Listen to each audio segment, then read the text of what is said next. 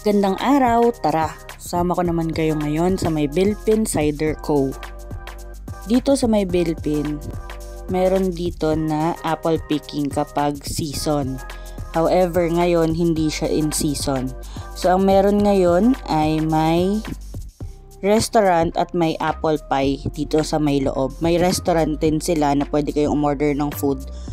Pwede din kayong bumili ng isang paddle ng non-alcoholic at alcoholic beverages.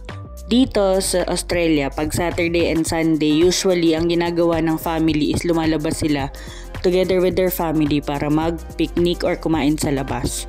So, yung mga ganitong klase ng park and restaurant na may open area, pwede kayong magdala ng sarili nyong upuan para doon kayo mag-picnic. Diyan.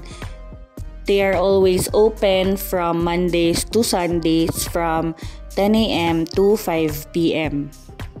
Meron ding bandang tumutugtog for your entertainment. Yan, tikim-tikim ka lang. At saka pagkatapos mo or bago ka lumabas, pwede ka ring bumili for take-out ng mga bottles or kegs nitong mga apple cider na to. So ayan, maraming salamat sa panonood. You take care and you have a wonderful weekend!